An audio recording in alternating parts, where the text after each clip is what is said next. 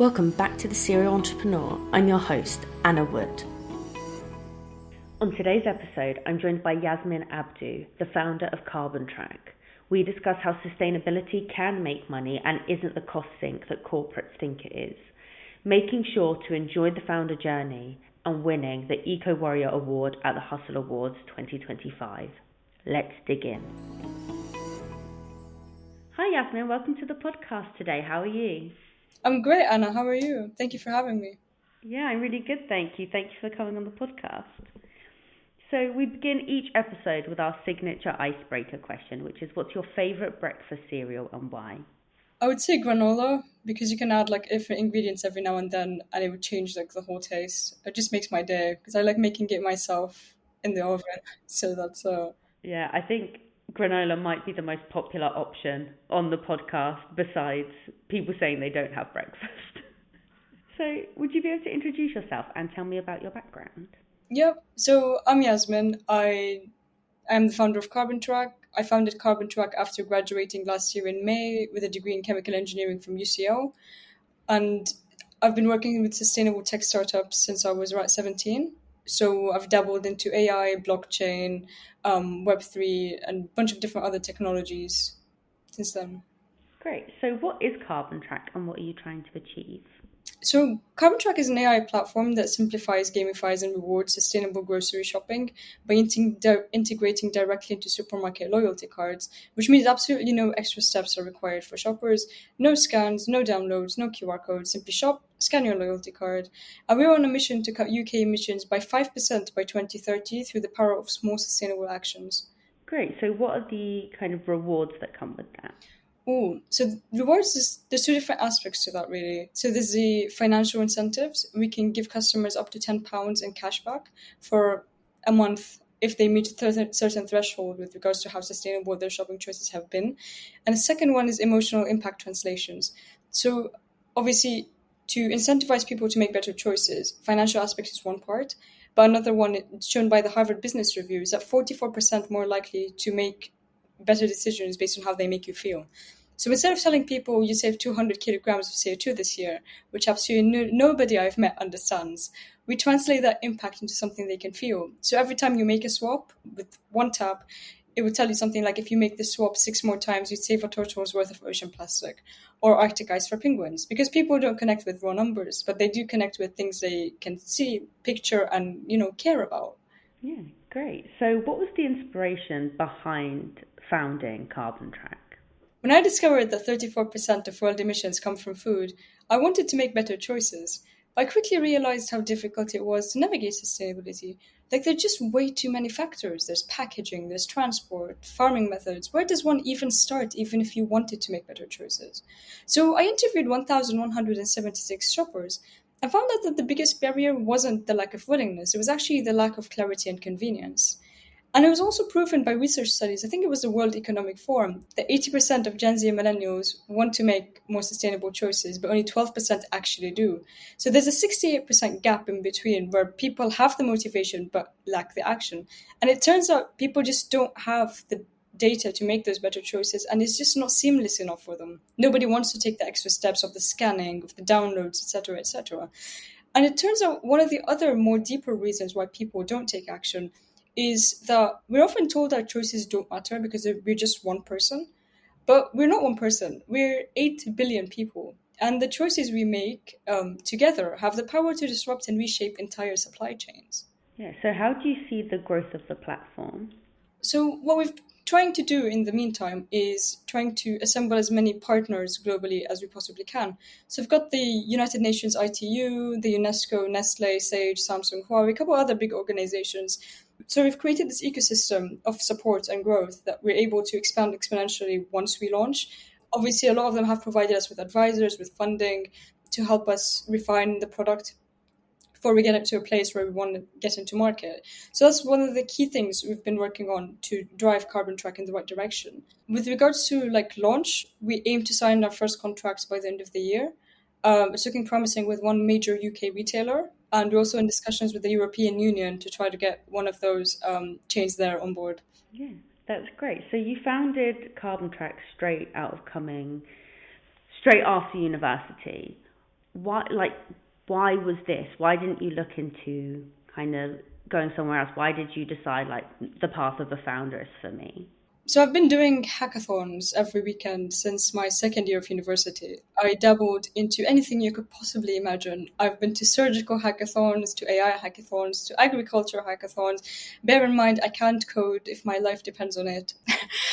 Yeah, I mean, it was good to learn and explore all the different industries. But one of the things I realized, it was like innovation doesn't come from being a specialist in a particular area. So I could have gone into chemical engineering, but it depends more on your ability to be able to draw the different knowledge from different industries and plug them into a proper solution. And for me, CarbonTrac was born out of the only hackathon I lost. I did 11 hackathons, and I went back home that day. I was being a bit demoralized, and so I pulled it apart. I was like, I should have done this instead, this instead, this instead. And then I realized, hold on a second. There's nothing like this in market. I might have something here. So I put it through competitions, became second in Samsung Solve for Tomorrow, and then obviously Samsung's a big brand. Part of me was like, I could leave it because I came second. It was only £1,000. Like, what does one do with £1,000? But then I realized that, you know, why would I drop such support from a big brand? And even if I fail, I mean, it's the experience that really matters. And I guess with entrepreneurship specifically, what I have noticed is the destination is important, but it is genuinely the journey, because 90% of startups fail. You may as well enjoy failing in the process. Yeah, and essentially starting out with that failing from a hackathon, you kind of started how most founders end. Yeah, absolutely. So, would you say you have any competitors in the market? And if so, what do you think makes CarbonTrac stand out from them? There's different parts to the solution, right? There's a carbon footprinting aspect. Obviously, we have a lot of competition there. Our difference there is that we can actually footprint products in a fraction of the time with a fraction of the cost, between a 5 to 7% accuracy with the traditional LCAs. So that's where we stand out with the carbon footprinting things. We've developed a machine learning algorithm that is able to pull up all the ultra processed food ingredients and look at all the other details with very seemingly simple questions, but they're quite easy to fill out for even the average supplier that doesn't have specific data. And then we've got competition in the helping people make better choices. But those require extra steps, right? Nobody wants to download apps, scan downloads. Yes, there are some people that, are willing to go the extra mile. But let's face it, if we can't make it easier for a lot of people to be able to make those actions, we're never going to be able to drive systemic change. And that's what makes us unique. The easy integration, it's seamless for the supermarket, it's seamless on the customer, and we make money for everybody. So yeah, we're the only solution, I think, on market that is able to generate profits for supermarkets. We make profits as well. We increase customer rewards, and we can also fund supplier transition towards greener practices. All of that while cutting emissions, cutting food waste, and optimizing supply chains. Wow, that is truly amazing. So it's kind of no wonder that you won the Eco Warrior Award at the Hustle Awards this year. So congratulations on that. Thank you. So how did winning the award make you feel, and what do you think that means for CarbonTrac? So winning the Eco Warrior Award at the Hustle Awards was quite the humbling experience. Personally, it was quite the reminder that the long hours and the tough decisions and the belief in our mission are actually resonating beyond our own team, and people are actually starting to connect and, understand what we're trying to do on a larger scale. For CarbonTrac, it's the validation that we're building something that isn't just technically innovative, it's genuinely impactful and has the power to not only cause a dent in national UK emissions, but also lead the way in the transition in the food sector, making systems a bit cleaner. It also signals to our partners, the supermarkets, and future customers that sustainability can be profitable and it can be more than a buzzword. And it can be embedded into everyday decisions in a way that drives measurable change. And awards like this increase and amplify our visibility, help open new doors, and fuel the momentum we need to reach our goal of cutting UK emissions by 5% by 2030. So it's basically a boost, not just for our credibility, but for determination to keep proving that small choices, multiplied by millions of times, can reshape entire supply chains. Perfect. So on the journey so far, what do you think have been some of the biggest challenges that you faced? I think there are a lot of programs for entrepreneurial support and how to start a business, but I feel like none of them actually are quite hands-on. So I don't know how many programs I've done so far, but they're definitely over 10. And with some really large organizations. So how do you manage a team? How do you raise funding? How do you run a business? You know, you get an introduction to these different aspects of how does one run a business through these programs, but there just isn't enough support. So the way I started to, I guess, run my team and run the business, that has taken an absolutely transformative turn since last month. I mean, so it took me a year to actually properly understand how does one run a functional business? How do you create a sales pipeline? How do you some of these do come through experience, I guess, but it's also the messaging. Messaging was a key part because we started the business with we want to have people make sustainable grocery shopping, but nobody cared. But the second we translated that into we're on a mission to cut UK emissions by 5% by 2030 through the power of small actions, people started listening. Organizations started contacting us. VCs started reaching out. So it's quite the difference. Knowledge is one of the things. Plus, entrepreneurship, especially sustainability, is quite probably a difficult industry to play around with because a lot of the time it's seen as a cost sink, but really it can be a profit driver. And those solutions, unfortunately, are quite scarce these days. Yeah, I feel there was a very evident trend towards sustainability a couple of years ago, but as soon as kind of the AI hype bubble really started showing up, I feel like the talks of sustainability and even support towards sustainable startups has really started taking a back seat. I think that's more to do with the Trump administration, to be honest. We've had discussions with some US retailers.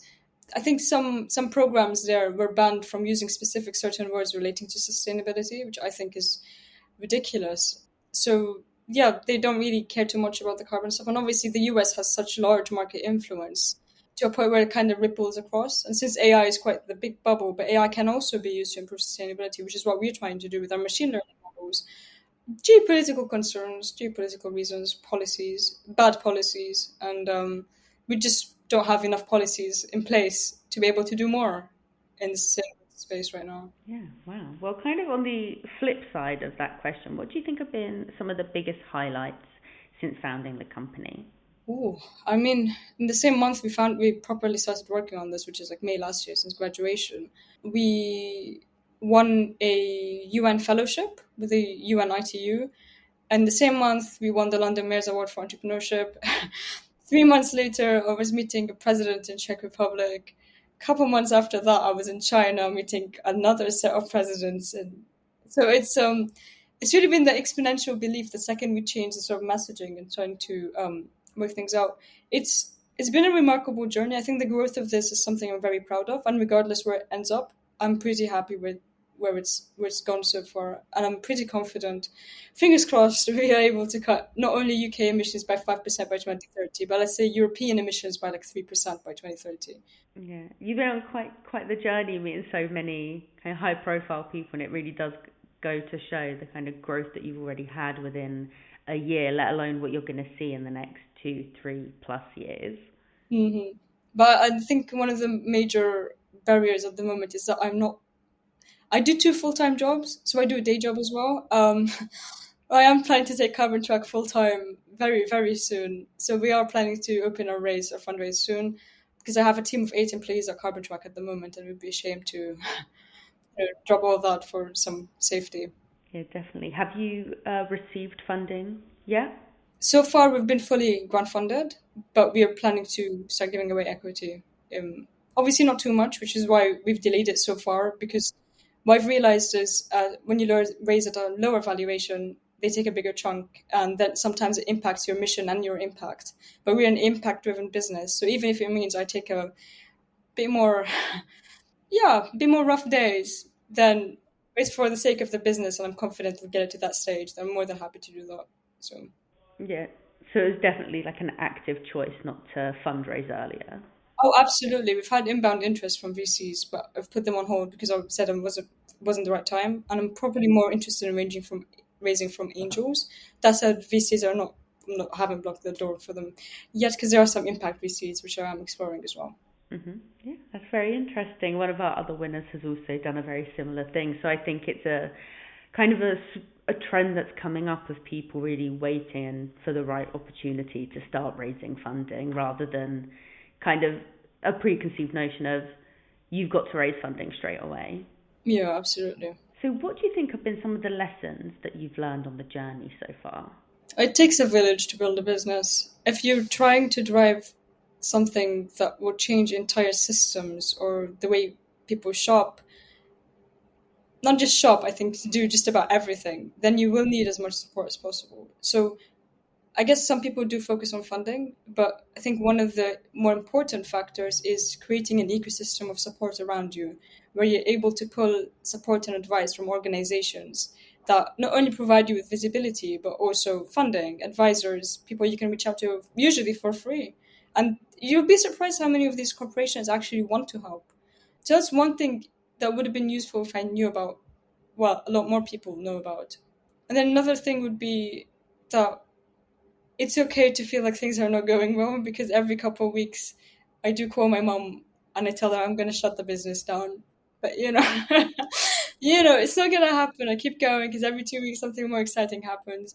It's just you have just have to give it time. You just really have to give it time. I saw this thing the other day. It said like give it 3 years before you quit a project you started. If you think at some point it was going somewhere. So that's exactly what we're trying to do, and we feel obviously we've had quite significant traction and the right number of conversations, but yeah, don't give up. It is difficult. There's a lot of blood, sweat, and tears involved, but you will get there eventually. And if not, just enjoy the journey. You really do enjoy the journey. I do think it's quite normal to have those moments of, no, I'm going to give up, I'm going to give up. But sometimes I think everyone has those in their day-to-day life when you're like, no, I'm not doing it anymore, I'm not doing it. And then the next day you're like, why did I act like that? Why did I think that? Everything's fine. Oh yeah. So is there one lesson or even a piece of advice that you wish you would have known before starting CarbonTrac? So if you could go all the way back to before you founded and tell Yasmine from then something. See, I have conflicting thoughts every time I talk about this because I kept telling myself like I shouldn't have registered the business in 2023 before CarbonTrac was even like just like a little light bulb moment. But I actually never started working on it until May 2024, which is last year. So obviously there are some advantages and disadvantages of that, and I can't tell you if I took another path or registered it after, would I have committed? Because I'm also that type of person that has like so many different ideas that I find it very difficult to stick to something unless it's registered with the government. So yeah, I've gone through this conversation a lot on a lot of public speaking events and to young people. Just trust the process. I don't know if there's one piece of advice I'd give to my younger self, apart from the fact that just keep doing everything you're doing. It will work out eventually. Don't overstress too much. And if it doesn't work out, there's always another idea you can start. Exactly. Especially as you said, you're always having ideas. This one doesn't work. Move on to the next. Yeah. So, what do you think the future holds for CarbonTrac and yourself? Do you have any big plans that you can talk about? Yeah. So we envisioned that CarbonTrac would be more than just a sort of like a carbon sustain like eco sort of side. We obviously sustainability is more than just the environment, it's also people aspects, and that's what we're trying to explore as well. So instead of just looking at sustainable in terms of eco swaps, we're looking at embedding nutrition. So since we collect the data based on all your shopping things, we've taken the skeleton from our carbon models, feeding it new information and new data for nutrition models that hopefully will be able to detect like deficiencies in micronutrients.